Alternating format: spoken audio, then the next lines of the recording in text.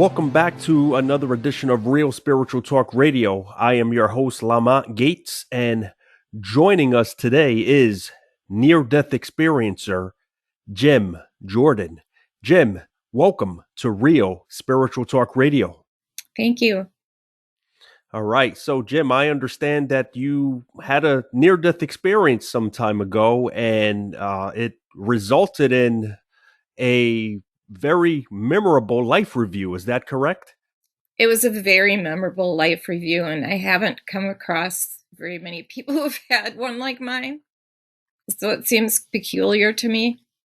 All right. Well, we're definitely all ears here on Real Spiritual Talk Radio, and that's exactly what we're here for. But before we get into your near-death experience, why don't you tell us a little bit about yourself from a religious perspective? What were you raised as, if any, from a religious or spiritual standpoint? I guess after doing family history and everything, on both sides of the family, they were Catholic. But at some point, someone got married and became a Lutheran. So my sister and I were raised Lutheran, but we were told that the Lutheran Church was the original Catholic Church, whatever that means. But I was always a searcher, so I, would read about other religions like Hinduism, Buddhism, and stuff like that. I don't know, just anything that ended in an ism. And then as an adult, I converted to Catholicism, and so did my sister. So at the time that I had the near-death experience, though, I wasn't believing much of anything. Well, what was it that caused you to leave your religious study and officially convert to Catholicism? I think it's just kind of the majesty of the church. I mean, I like the ritual. It's calming to me. I'm kind of a OCD type person, so it's kind of the perfect religion for me. So, and the same with my sis. Yeah. Yeah, just to piggyback on the Lutherans and the Catholics, yes, they became arch enemies later on. But prior to that, Martin Luther, the founder of what people would call the Lutheran Church, was a Catholic who broke away from it and started what we now know as Lutheranism, a branch of Protestant Christianity. Yeah. So you converted to Catholicism. It just felt comfortable to you. Why don't you tell us, why don't we move forward then? Talk to us about what led up to your near-death experience. Well, I met my husband in college when I was 19, and we got engaged right away, probably within about 6 months. And we got married when I was 20, and then I got pregnant right away, and we were both going to school and working 2 jobs and having a baby and everything. So it was a pretty hectic, kind of crazy life that I lived. And, once we graduated, then my husband got his job, and I just took part-time jobs here and there because it's not a very big town that we live in. So he was an engineer, and I worked in child protection services for a while. And I'm just going to tell you that when my husband was 29, he ended up having a testicle removed because they said there was cancer in it. And I mean, we were just kind of floored because I had my second baby, was a baby at that point in time, and I was dragging this baby around through hospital corridors. And they were telling him at that time how incurable this was, that this was going to spread. And I mean, they were just really scaring the crap out of us.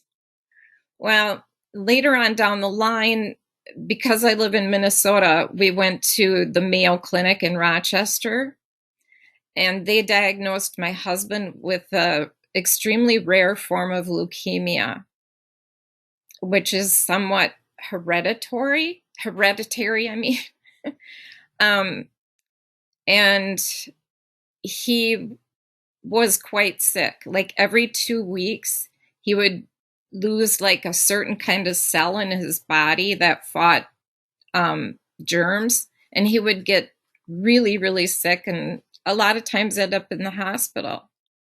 And I really don't know how he hung on to his engineering job during that time. I took to working night shifts so that I could, be superwoman. I never slept. I was just go, go, go all the time. And he just kept getting sicker and sicker. It's pretty amazing that he actually lived to be 53. But we didn't really have a church home at that time or anything like that. So, I mean, most of the neighbors that helped us, they were all Catholic. So that had something to do with my becoming Catholic too. Because they were the ones that really were there for us when the chips were down. Well, and then fast forward to later on when my son is 19 years old. And on Christmas Eve of 2009, they told us that he had 4th stage lung cancer. And what had happened that morning, he had woken up vomiting blood. And we took him to the hospital here, which is another Mayo Health system. Good hospital, but he still needed extra treatment. So they flew him down to Rochester, Mayo, and St. Mary's Hospital there, and they had to drain his lungs because they were just full of this black sludge. And then they had to do another surgery where they would put like a drainage thing in there that would continue to drain the lung. And in the meantime, they said it's either thyroid or 4th stage lung cancer, but it's a new lung cancer. It's a non-smoker's cancer. It's not what you inhale. That it's just cells that actually were related to my husband's kind of cancer. Well, then my husband had a complete nervous breakdown, and then I was like in charge of everything. And so my life consisted of, going to work, coming home, making the meals, clean. I did everything. Went back and forth to doctor appointments and back and forth to the hospital, lots of ambulance rides and everything. And then they died 7 months apart. Sounds like a lot of stress combined and put upon you at one time here. It was very stressful. Yeah. At some point, when I was taking care of my husband and working the 12-hour night shifts, I ended up working like back-to-back shifts because it was around a holiday, and I didn't get any sleep at all. And I went for like 42 hours without any sleep. And I was starting to get really freaked out. And so I took a sleeping pill and it didn't work at all, and I thought, I just got to get to sleep. I took another sleeping pill. It didn't work. And finally, my husband told me that I just grabbed the pills and poured them down my throat and got some water. I vaguely remember falling to the floor, and I kind of remember them carrying me out to the car. And then I was in a hospital. I was aware of being in a hospital, and then I wasn't anymore. At that point, I felt myself being pulled out of my body, like a suction type of pulling. I don't recall seeing specifically a lot of detail of what was going on below. I know that something had been shoved down my throat, and because it all happened so quickly.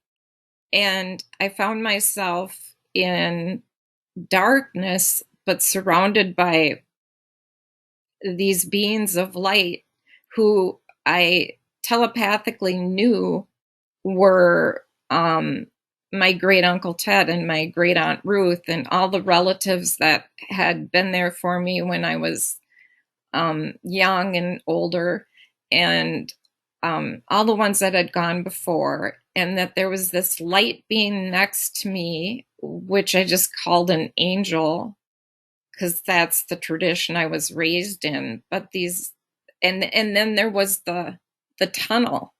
There was a tunnel, it went up, and there was this just incredible light at the end of this tunnel that I can't explain, but I knew was God. I just knew it. And at that moment, I just felt this total encompassing love that really can't be experienced here on earth, even explained here on earth. I mean, it would be agape, which is like a love that loves without conditions. We can't know that here. And also everything, all the knowledge of how the world got here, mathematics, physics, biology, chemistry, that's what it's all about. And I mean, I saw equations going through me in my mind, and I'm like, I know what that means now. And, I could do calculus in my head, and it's like, this is why this all happened. This is why the world is here. This is why it happens this way. I mean, it was wild. It was crazy wild. And then the angel, I could still see the light beings. I mean, they were kind of like around us. And then the angel and I were like in the circle, but standing, and it was pointing me to like a movie screen almost. I mean, I guess that's the only way I can explain it. And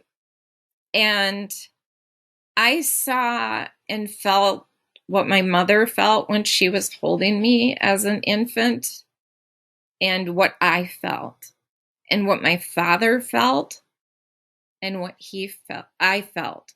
And with kids, interactions that I had with other kids. I was kind of a small kid, and so I got picked on a lot. I felt what the bullies felt and what I felt, and what the bullies felt was sad. Actually, I felt sorry for them, because I realized, wow, there's so much more to this than, and like I did mention specifically, I had a pet dog named Timmy, and I was petting Timmy, and I was just a wee kid when we had Timmy, and I felt what she felt and what I felt at that, at the same time. And I had another experience that I did describe about seeing a deer outside. I live in Minnesota, so it's tons of wildlife, all the time. And it was in the snow, and I was looking at the deer, and the deer was looking at me, and I felt this just really cool, amazing, serene feeling, because I happen to have a gift with animals anyway, wild and tame. Just send them to me and I could work with them. But it was like, wow, it was incredible feeling what the animals could feel. And I could feel, like, as I got older, what other adults felt like around me, talking to me about different things, and children. But this went so quickly, and yet I was absorbing all this information at one time. But it went through my whole life, basically, down to when I was told about my husband's cancer, giving birth to my kids, all of that. And I wanted, and I felt this yearningness after, well, in the life review, I should go backtrack. After that was over, the angel said to me telepathically, and here, you thought you were such a bad person. And I really wasn't a bad person, but I don't know why I thought that, you know. And the angel was basically telling me, I showed you this on purpose because you felt you weren't worthy, and you are, you know. And then we turned together, and I could feel a pull towards the light. As I said before, I knew it was God. My family was getting ready to escort me into what I presumed to have been heaven. And then all of a sudden, I just kind of felt and heard this like locomotive sound in my ears, and I was choking, and they were pulling the tube out of my throat, and they were welcoming me back. So it could have only have been a couple minutes. But in a couple minutes, I got like an hour's worth of information, more, a lifetime's worth of information. Yeah, that sounds extremely fascinating. And many near death experiencers do describe the major time difference or the perception of time being different on that Yes. side versus this side. I just want to go backwards a little bit. Several questions I have. You said that, so this was basically a suicide attempt, correct? I don't know if it was so much a conscious suicide attempt. I was at a point where I was like, if I die, I die. I'm too tired to keep doing all this. So, yeah, in a sense, it was a suicide attempt. And never mind. But you know where I was Okay. going. And I was just going to say that despite it being a suicide attempt, you went into this otherworldly place and you were shown only the good things because the entities or entity there wanted you to know that you were worthy. Yes. I guess we're religiously trained, right, to believe that, first of all, we're always bad. We're always on God's bad side. And anything such as a suicide, for example, would be deemed the ultimate evil, and therefore Yeah, would require the ultimate punishment. But you got the absolute opposite of that. absolutely. Now, when you say you also received information that was beyond your intellectual pay grade, right? A lot of near death experiencers talk about just receiving all of this knowledge and information that they could never have fathomed Yeah. in their earthly bodies. Do you remember any of this information? I know you mentioned how the earth formed or how the world formed. Were you able to bring back any of those answers? I don't remember that. I'm trying to think. There have been some things that I've brought back that I just kind of knew were truths, but I'm kind of nervous right now, and so I can't even remember. I should have written this down.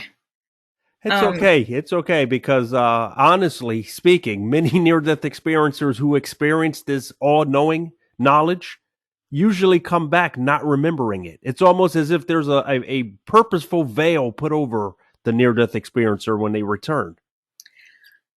I think there's a reason, yeah, for that. I think that that is just um, something that we can't really have here. I mean, I do, I did come back being able to, well, and this is after my husband and son died, but I've had many experiences with them in dreams that have been very profound.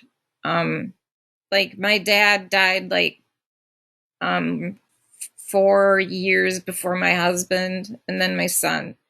And when my son was dying, my dad came to me in a dream, and he put his arms around me. And my dad always wears blue, just like Our Lady. But anyway, and he gave me this big hug, and he said, "Everything's going to be all right, sweetheart." I've had dreams where my husband came to me And we're also in this black void, but it's not scary. It's not void. It's just, we're just there, you know? And he said, let me show you the 7 levels of heaven. And I saw, like, it was transparent, but people were working, and I saw my dad way up there. And my dad would be way up there because he was like the greatest guy. He was so kind and sweet and loving, but he was doing his woodworking because he loved to do woodworking. And I had numerous very vivid and colorful dreams. That was another thing. I was shown a heaven in my dreams where there were beautiful meadows and the ocean. I mean, different places in heaven. I mean, it's just more than just what we have here on earth. But the colors were so brilliant and so vibrant that it couldn't be on earth. It couldn't exist that way. So these sound like after effect dreams. Did you Yes, have those are like after effect dreams. Like, that was from my near death experience, but I don't really know it until the dream, you know. and you've never dreamed like this prior to your near death experience? No, I had not.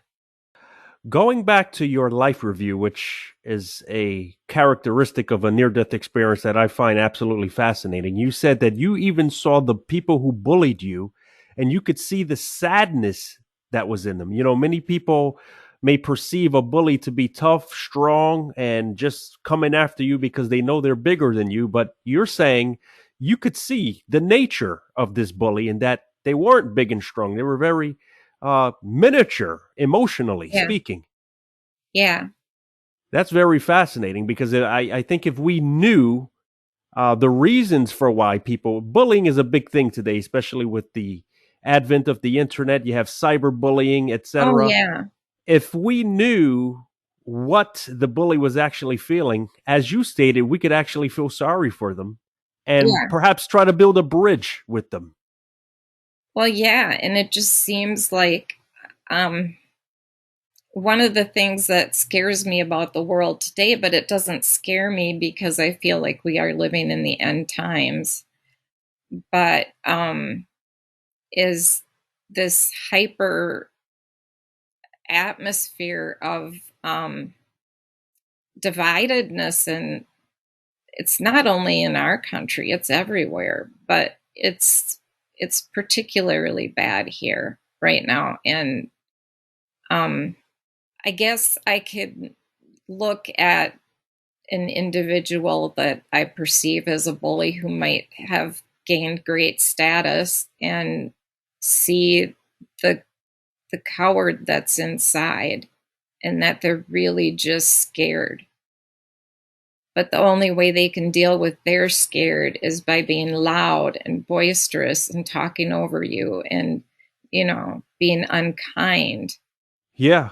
And I think with the understanding that what these people are truly feeling, again, those who are being targeted could have a more broader understanding of why it's actually happening. Yeah. Talk to us now about your after effects. I know you mentioned you had dreams. Were there any other after effects you believe you came back with? You had a previous guest who talked about how she was able to detect demons. I don't know if I would specifically call them demons, but if I'm standing in a line in a grocery store or something like that, or, anywhere out in public, every once in a while I will pick up on a spirit inside a person in that room that makes me very uncomfortable. A feeling of hostility coming from that person. And just that I need to get away from them. And I don't really know what that's all about, but I believe in my heart when I have these experiences that these people are malevolent towards other people. So you can feel hostile emotions from others. But by the same token, I can feel the love and the amount of love that I experience from my inner circle is heightened. And I feel the same way towards them. That's a very fascinating. You've got almost a deep gift of empathy then. It helps. It certainly does help. Yeah. So, talking about religion earlier on, has this changed your view? Has your near-death experience changed your view of religion, or do you still consider yourself a Catholic? I'm Catholic. My family's Catholic. I want to be buried where they were buried, although a lot of that stuff isn't so important anymore. But, I would call myself a liberal Catholic, I guess. I'm not real, a strict observer of I am these. A strict observer in the sense that I participate in the Mass because, we really believe that we are ingesting, receiving the Spirit of Christ by participating. So that helps us get through another week. And so I guess I'm not in the strictest form a Christian because I am open to what others believe too, and don't feel that I have a right to discriminate. So then, is there anything you'd like to tell someone out there who may be on the fence about their own purpose, who may not feel worthy, who may think that God exists, but he's got me walking on eggshells, and I'm sure he's extremely dissatisfied with my life, based on your experience? God is love, and no spirit or soul is unredeemable. Very good point. Many near-death experiencers also say that just as we've been forgiven, we should learn to forgive ourselves. This is what they come back with after having a deep life review such as yours. Yes. Well, Jem, I want to thank you very much for coming on Real Spiritual Talk Radio and sharing with us your very deep near-death experience. Well, thank you. I really appreciate it. Ladies and gentlemen, Jem Jordan.